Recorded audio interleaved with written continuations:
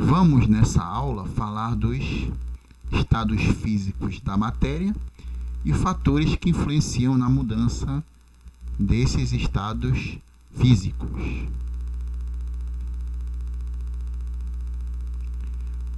Aí você tem imagens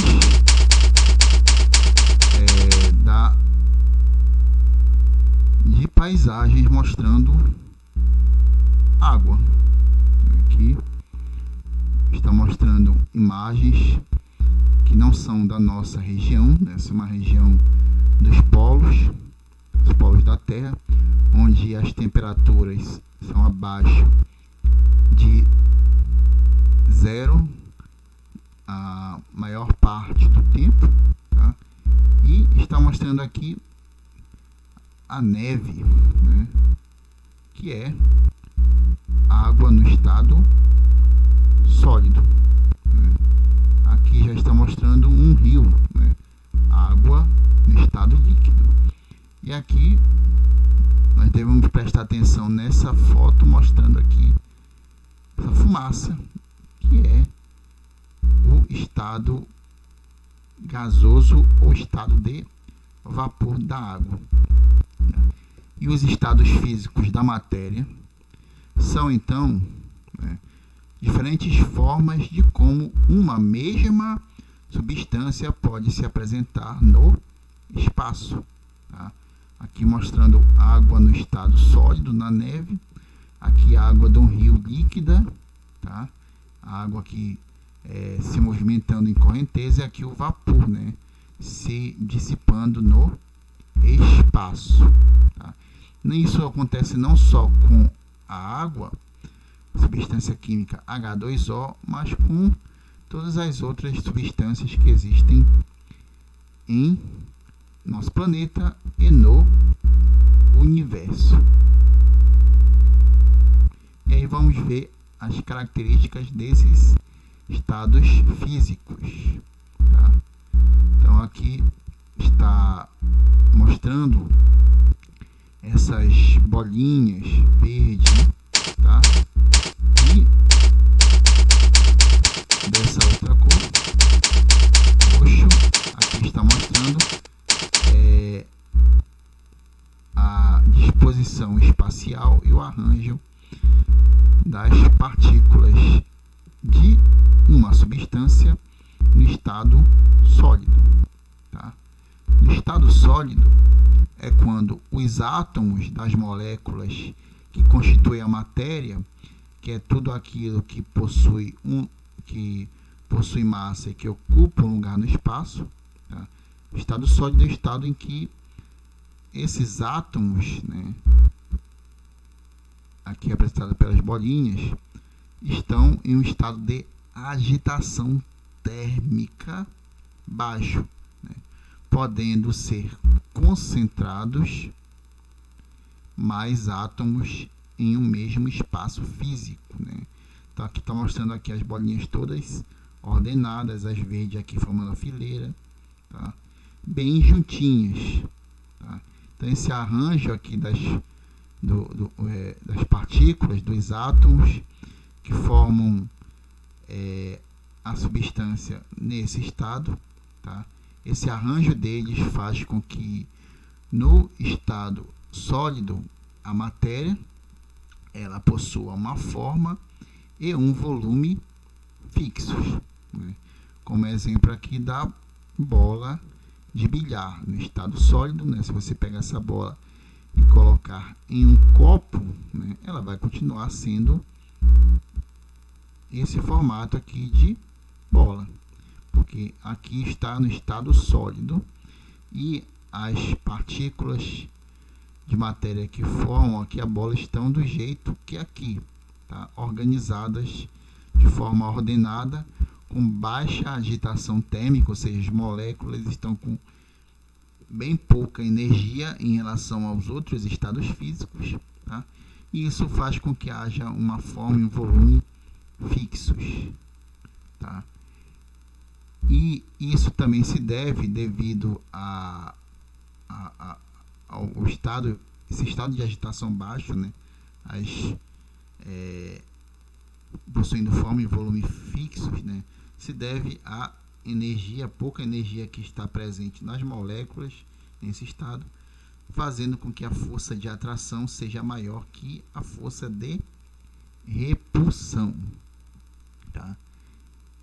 Então, como disse, né, a bola de bilhar pode ser colocada em qualquer recipiente e ele vai tomar a forma desse recipiente, assim como ela não vai se espalhar pelo recipiente, ou seja, o seu volume vai permanecer o mesmo, né? Então, uma característica do estado sólido: todo material no estado sólido possui forma e volume fixos.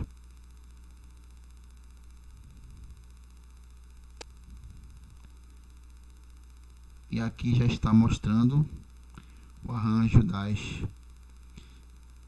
moléculas, né, dos átomos no estado líquido, né? O estado líquido, que é um estado em que ocorre quando as moléculas já estão um pouco mais dispersas em relação à mesma matéria no estado sólido. Aqui você já vê, ó, que elas não estão ordenadas em fileiras, estão desordenadas, ou seja, isso se deve a um grau de dispersão maior do que no sólido, onde as moléculas estavam bem unidas, né?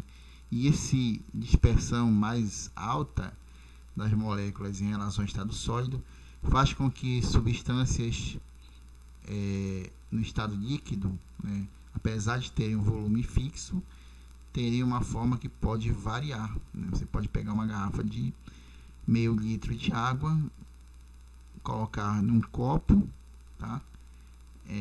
O volume vai permanecer o mesmo. Se você colocou meio litro de água no copo, né, e ele coube no copo, então esse meio litro vai permanecer no copo. Porém, a forma vai variar. Por quê? Por causa da dispersão maior entre as moléculas. E isso se deve devido à força de atração ser aproximadamente igual à força de repulsão, ou seja, tendem a permanecer não tão unidas como no estado sólido, como nós vimos agora no estado sólido. Então, no estado líquido, a forma ela é variável, né? O volume de água de um rio ele é o mesmo, porém a forma dele se modifica. Então, se a água estiver em um copo, né, ele toma a forma do copo, e se estiver na jarra, fica na forma de uma jarra. E aí temos o estado gasoso, né? O estado gasoso, ele acontece quando as partículas que formam matéria, elas se encontram mais afastadas, dispersas, né? No estado gasoso, as partículas possuem uma agitação térmica, essa palavra térmica, que tem a ver com calor, né? Uma vez que a gente vai ver daqui a pouco que é o calor, né? Essa transferência de energia que faz com que a matéria possa mudar de um estado para o outro. E no estado gasoso, devido ao maior grau de agitação térmica, isso vai fazer com que as partículas fiquem mais dispersas, mais afastadas, haja uma distância maior entre elas do que no estado sólido e líquido. E com isso elas vão ter tanto a forma como o volume variáveis, tá? Então, uma substância no estado gasoso ela pode ser comprimida e expandida, coisa que não acontece nos outros estados. E isso se deve porque no estado gasoso, devido à agitação térmica muito alta, vai fazer com que a força de atração seja menor do que a da repulsão. Tá? Então, o oxigênio, né, ele pode ser comprimido, caber dentro de um cilindro e tomar a forma desse cilindro, né? Então, quando a gente fala de compressão, quer dizer que pode haver uma diminuição do volume, né? Então, isso quer dizer que no estado gasoso, tanto a forma como o volume são variáveis, ou seja, eles mudam, ok? Agora falando das mudanças de estado físico, tá? Aí nós temos aí nessa imagem, né, a água coexistindo nos três estados, né? Aqui o iceberg, né, submerso, a parte dele, o estado sólido, aqui o estado líquido e aqui a atmosfera, tá? Que também possui água no estado gasoso, né? E esses estados físicos eles podem sofrer mudanças, ou seja, de um estado pode passar para outro. E isso se deve devido à influência de fatores externos, como a pressão e principalmente a mudança de temperatura, que fazem com que a matéria, né, ou seja, mesmo material, e possa se apresentar ora em um, ora em outro estado físico. E essas mudanças de um estado físico para o outro, elas vão receber denominações específicas que nós vamos ver.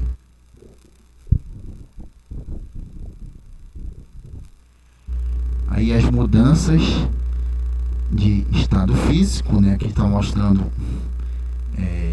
no nosso cotidiano, aqui a água em três estados físicos, aqui o cubo de gelo, a água no estado sólido, aqui a água dentro de um copo no estado líquido, tá? E aqui a água em uma chaleira, né, onde ela está em processo de aquecimento, né? E a fumaça que sai daqui, ela representa o estado gasoso, o estado de vapor, né? Lembrando que no estado sólido a ordenamento, o arranjo das moléculas de H2O, ele tende a ocorrer em enfileirado, né? As moléculas ficam juntinhas, e no estado gasoso elas ficam bem distantes, né? Para que uma ordem possa passar para uma desordem, ou seja, para que as moléculas possam se desarranjar, é necessário que haja um ganho de calor. Então, a mudança da água do estado sólido, por exemplo, para o líquido, que é a fusão, onde uma ordem vai passar para uma ordem menor, ela é chamada de fusão, né? A fusão, ela é uma transformação endotérmica de mudança de estado. Por quê? Porque a água, para mudar do estado sólido para o líquido, ou seja, para o gelo derreter, tá? Ele tem que haver um ganho de calor, né? Esse gelo aqui, ele só vai derreter se tiver aqui o gelo fora do congelador, onde a temperatura é maior do que zero, a temperatura ambiente de 25 graus. Se você tirar o gelo do congelador, vai colocar ele num local onde a temperatura do ambiente é maior, ou seja, isso vai fazer com que haja uma transferência de energia do ambiente para as moléculas de cubo de gelo, que elas vão começar a se agitar, provocando a sua desordem, né? O que seja, aqui onde no estado sólido nós temos a forma fixa, né? Aqui ela vai deixar de ser fixa, ela vai tornar variável com a fusão, devido ao ganho de calor, né? Ou seja, essa transformação ela é endotérmica, assim como a mudança do líquido para o gás, né? A vaporização, ou seja, quando as moléculas de água receberem energia do ambiente, ou se você colocar ela para aquecer, tá? Elas vão ganhar energia da fonte de calor que você colocou do ambiente, e com isso elas vão sofrer uma vaporização, ou seja, para que as moléculas se tornem do estado gasoso, vai ocorrer um ganho de calor, tá? E o inverso, tá?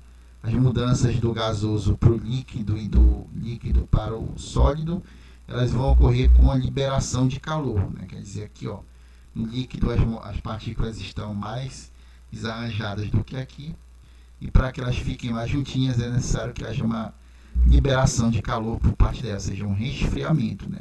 Por isso que quando você coloca um copo com água no congelador, tá? Ele vai fazer com que haja uma liberação de energia das moléculas para que elas possam ficar juntinhas, formando estado sólido com forma e volume fixos, né? Então esse processo é chamado de solidificação, tá? E aqui a condensação ou liquefação, que é quando as partículas, as moléculas de água com um grau de agitação térmico bem alto vão perder energia, fazendo com que elas fiquem mais contraídas, mais próximas umas das outras, né? Então, essas são as mudanças mais comuns que ocorrem com os materiais, principalmente a água, na natureza. Tá? Essas duas reações aqui são exotérmicas, ou seja, ocorre liberação de calor, de energia das moléculas. Então aqui, ó, representado nesse esquema, as partículas aqui no estado sólido arranjadas, aqui mais um pouco desarranjadas e aqui totalmente desarranjadas, né? No estado gasoso, forma e volume são variáveis, no estado líquido apenas a forma é variável e no sólido tanto a forma como o volume são fixos, né?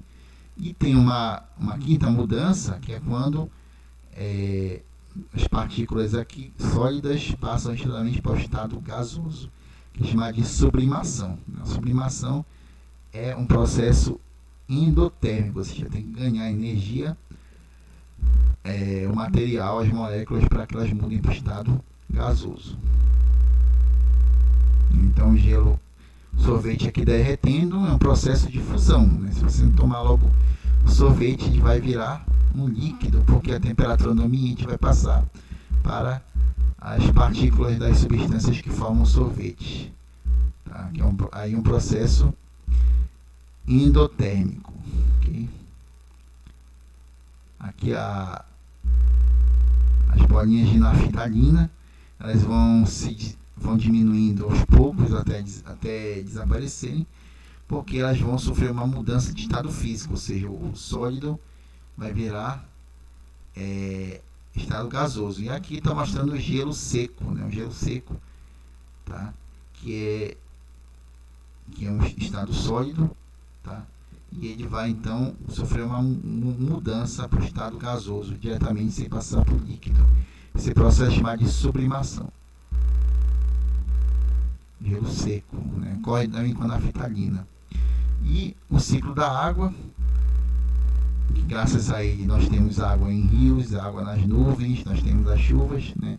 Então esse ciclo depende do sol, que vai aquecer a água de um rio, que ela vai evaporar, vai mudar do líquido para o gasoso, tá? Graças a essa energia, o calor do sol passa para as moléculas, elas vão se agitar mais, formando as nuvens, tá? E aí essas nuvens de chuva, elas vão levar essa água aqui do rio para o continente, onde elas vão cair na forma de precipitação. Lembrando que as nuvens são água no estado líquido, ok?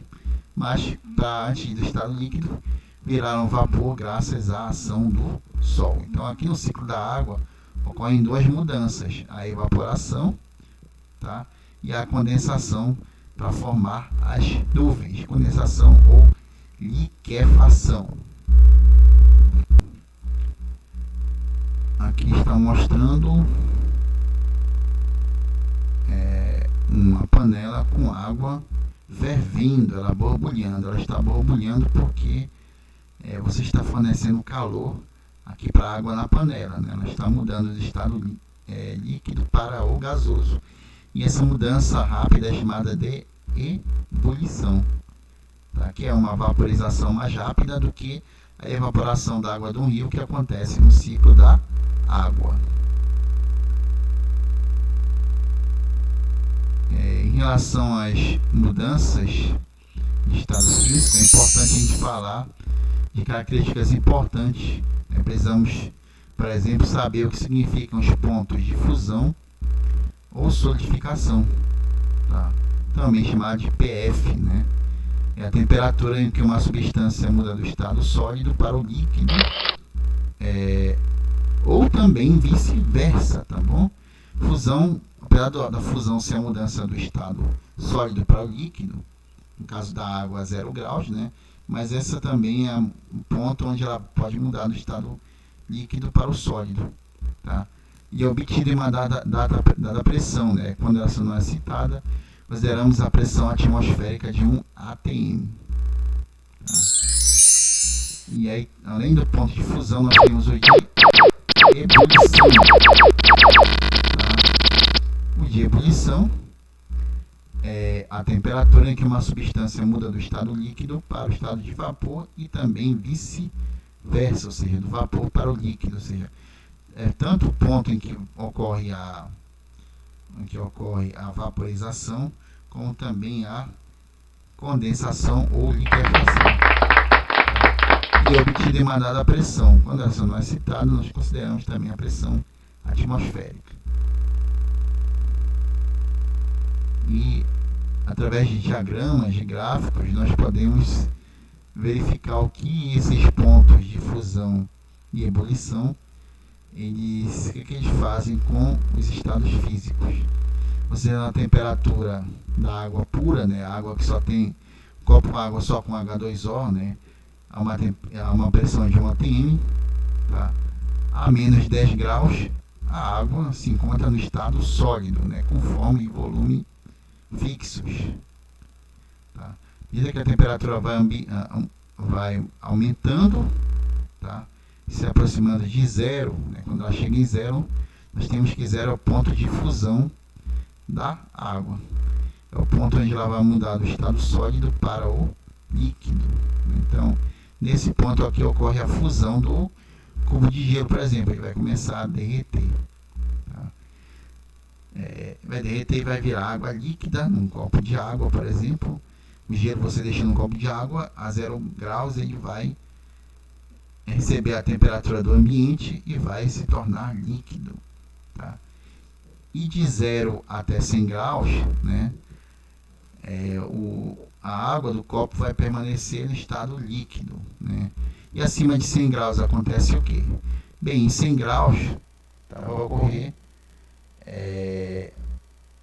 se a mudança for nesse sentido, de aumento de temperatura, ou seja, de ganho de energia, de endotermia, nós vamos ter que nesse 100 graus, né, é o ponto de vaporização da água, em que o líquido ele vai virar um vapor, né, onde a água de um copo vai se tornar uma fumacinha. Tá bom? Então esse diagrama aqui está mostrando o aumento de temperatura, logo é um diagrama que tem pontos de fusão e ebulição que mostram as mudanças de fusão e de vaporização. Okay? E nós temos algumas substâncias como o metano, o mercúrio, o álcool, a água, o chumbo e o ácido acético. Né? Como são substâncias diferentes, formadas por uma composição química e estrutura espacial diferente, então nós consideramos também que os seus pontos de fusão e ebulição são diferentes, por exemplo, da água. Tá? O ponto de fusão metano é de menos 183 e o ponto de ebulição menos 662. Okay? Então isso quer dizer que na temperatura ambiente, 25 graus, tá? O metano é um gás. Tá? O mercúrio, ponto de fusão de menos 38 e de ebulição 356, quer dizer que nesse intervalo aí entre a fusão e a ebulição, nós vamos ter que o mercúrio ele é líquido. Tá? Abaixo de menos 38,8 já ocorre uma fusão com mercúrio, ou seja, o material de mercúrio que é líquido vai virar sólido. Tá? O álcool, né, se você pegar álcool puro e colocar no congelador, né, e não vai congelar, porque o seu ponto de fusão é muito negativo, muito abaixo da água, menos 114, por isso que é difícil você congelar o álcool. Né? E o seu ponto de ebulição é 78, tá? Mas a 25 graus ele já começa a evaporar. Tá? Aqui o chumbo, né, ele é sólido, a temperatura está abaixo de 100, de 327, né?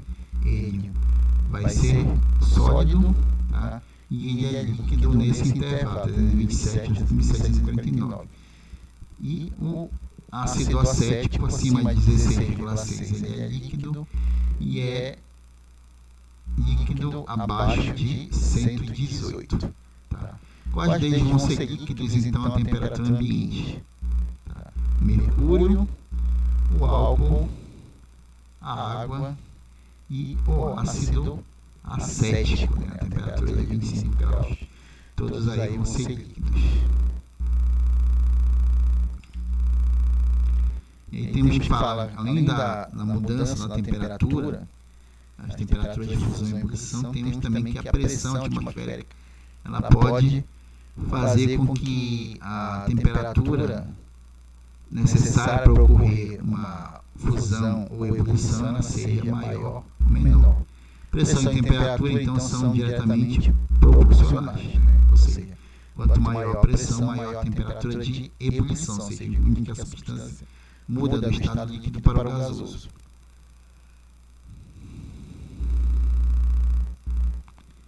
E a altitude, a altura, ela influencia na pressão. E dessa maneira, quanto maior a altitude, menor vai ser a temperatura de ebulição e vice-versa. Visto que a pressão e a temperatura são grandezas diretamente proporcionais.